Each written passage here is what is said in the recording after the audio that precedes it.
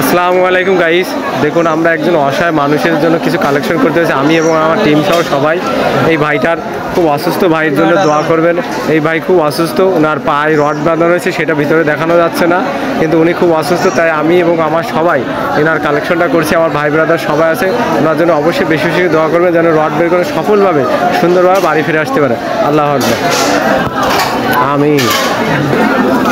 তো আমরা যেন ভালো ভালো কাজে জড়িত থাকতে পারি, সেজন্য সবাই আমাদের জন্য দোয়া করবেন। আল্লাহ হাফেজ। এইখানে আসসালামু আলাইকুম গাইস, দেখুন আমরা একটা ভালো কাজে এসেছি। আপনারাও মনে হয় গাইস দেখুন, আজকে আমি এবং আমার টিম সহ সবাই একটি কালেকশনে আসছিলাম। পরে দেখি আব্বা আসতেছে। তো আমি এবং আমার টিমেরা সবাই একটি কালেকশনে আসছে।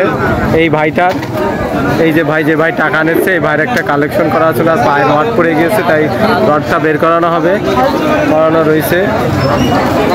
তাই আমরা এবং এই ভাইটা, এই যে লাল জামা পরিত ভাই, এই যে যার হাতে টাকা, উনি খুব অসহায়, তাই ওনার পক্ষ হইতে আমরা সবাই কালেকশন করতেছি। অবশ্যই ওনার জন্য দোয়া করবেন গাইস, যেন আমরা এরকম আত্মমানবতার সেবার কাজে সবসময় থাকতে পারি। দেন বাপ দেন, অল্প কিছু যদি সবাই শরীর হন, ভাইটা যদি সুস্থ হয় এতে। ভাইয়ের নাম কি ভাই আপনার? মজিবুল, বংশীপুর বাড়ি নাকি?